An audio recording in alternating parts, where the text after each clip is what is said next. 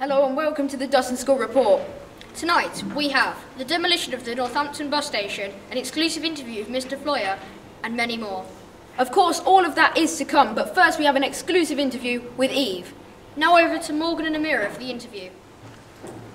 Good morning, my name is Morgan and this is Amira. And today we are going to discuss and interview Eve and talk about her great achievements. On the 30th of September 2014, employees from Network Rail came to school to talk about their new campaign, Could IT Be You? The campaign tries to promote the fact that IT is an exciting line of work with no limits. During the session, they spoke about different jobs that are available in IT. Network Rail aim to inspire young women to pursue a career in IT. They have created a competition for girls aged 16 to 18 where the grand prize includes a £9,000 IT scholarship. Now Eve, what inspired you to enter this competition? At first I wasn't going to enter it actually, but my teachers really encouraged me to enter it, and I'm so glad that they did, because I felt that I needed to open my eyes and just give it a go. And did coming second, which is amazing, take a lot of hard work? It did. There was a lot of competition. There were hundreds of girls who entered across the nation, but yeah, it was very hard. What information did you learn about the competition? I learnt about the wide-ranging jobs within the IT sector. I learnt about the National Rail business and their company. I learnt about the different career opportunities and the apprenticeships. Would IT be your chosen area of employment in the future? If not, what would you like to do? At first, I wasn't very interested in IT, but now I've been to the Network Rail competition. It's really opened my eyes into the jobs in IT.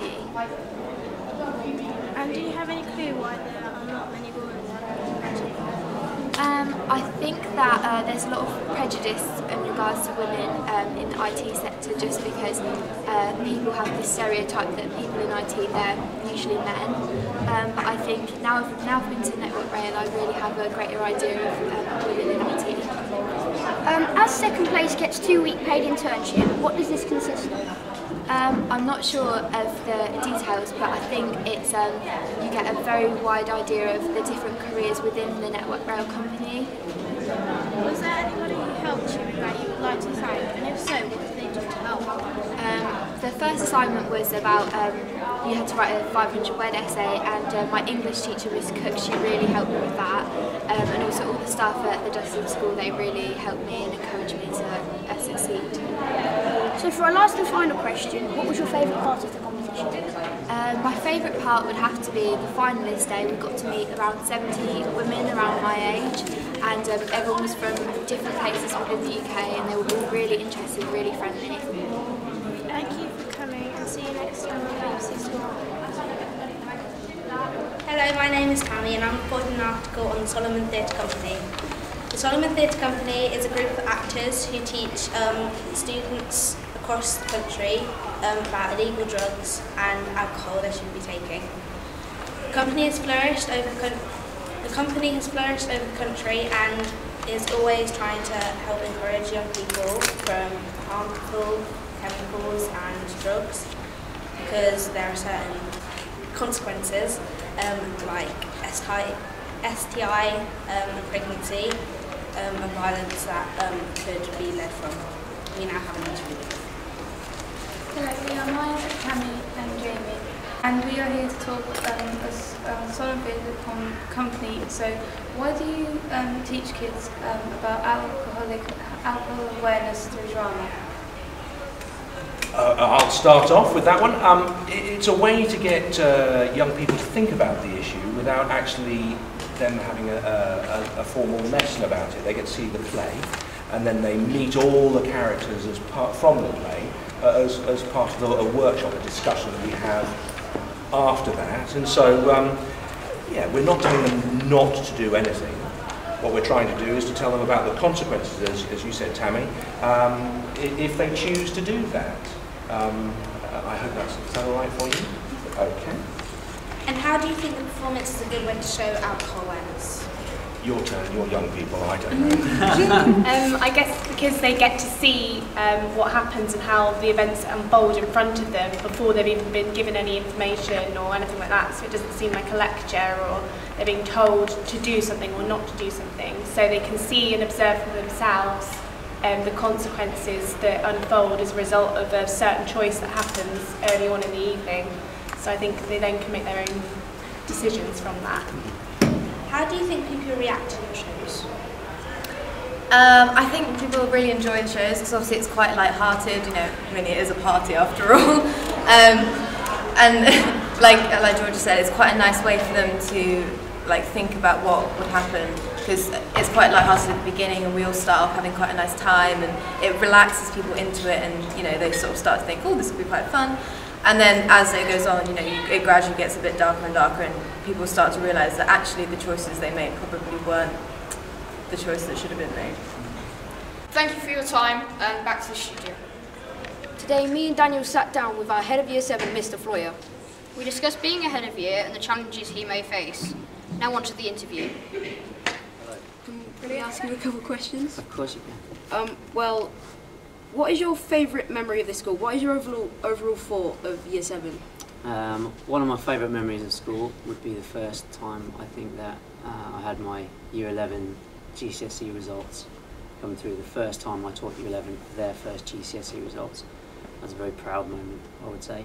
My overall thoughts on Year 7 at the moment, I am a very lucky person to be head of Year 7 right now. Very clever, very well behaved overall, and an absolute privilege to be involved with. How does it feel to be head of year? I enjoy it a lot, yeah. It's pretty fast paced, it's never dull. There's always something going on and always something to do and get your teeth into, so I like it a lot, yeah. Why did you decide to be head of Year 7? I wanted to be more involved in the pastoral side of teaching, which is where you are more involved in the sort of the development of kids' personalities as opposed to just their academic results. Have you got a hard job? Some days, I think so. Yeah, some days. Other days, it's a fantastic job. Most days, it's a fantastic job. Some days, yeah, there's not enough hours, there's not enough time to do everything. And that's a pity. But is it a hard job? Sometimes. Is it a great job? Yes. What do you want your year to achieve in the next few years? Good question. Best ever results, to grow up to be useful, amazing, wonderful, nice people, and for the school to be immensely proud of them and everything that they've achieved. What inspired you to be a teacher? What does this mean? What does this mean to you to be a teacher? Being a teacher, again, I think I've used the word privilege already. Being a teacher is a privilege. You get to do things that I think in normal jobs you don't get to do. You know, things like you're doing now with the school report. There's always something different going on. So being a teacher is an immense privilege. Not everyone gets to do it. And I think people have a distorted view of what teaching is. You know, I feel very lucky to be a teacher, whereas I think sometimes people think, well, why would you be a teacher? The bottom line is being a teacher's, it's a lot of fun and it's an important job and you make a difference. Thank you, sir. Very welcome. This is the latest news on the general election. I'm Tom. I'm Ellie. And I'm Kaylin. The aim of UKIP is to leave the European Union, keep in trade but not a political link.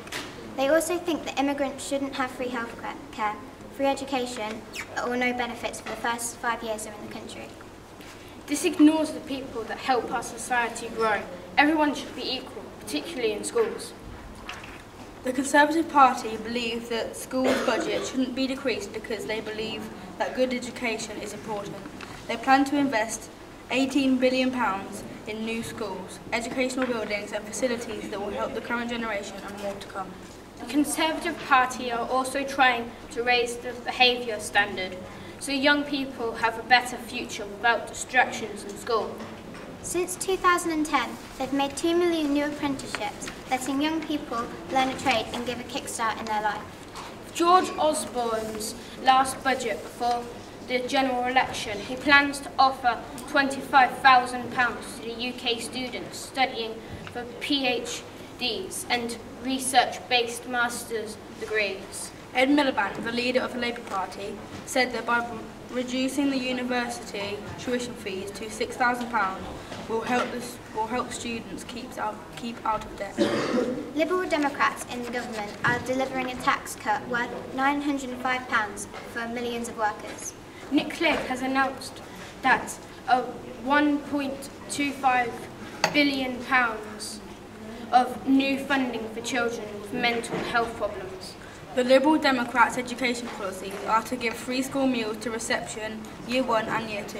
They also want to set up a £2.5 million pupil premium, which puts money in schools and is targeted at people who need the most help. You've been watching the election section.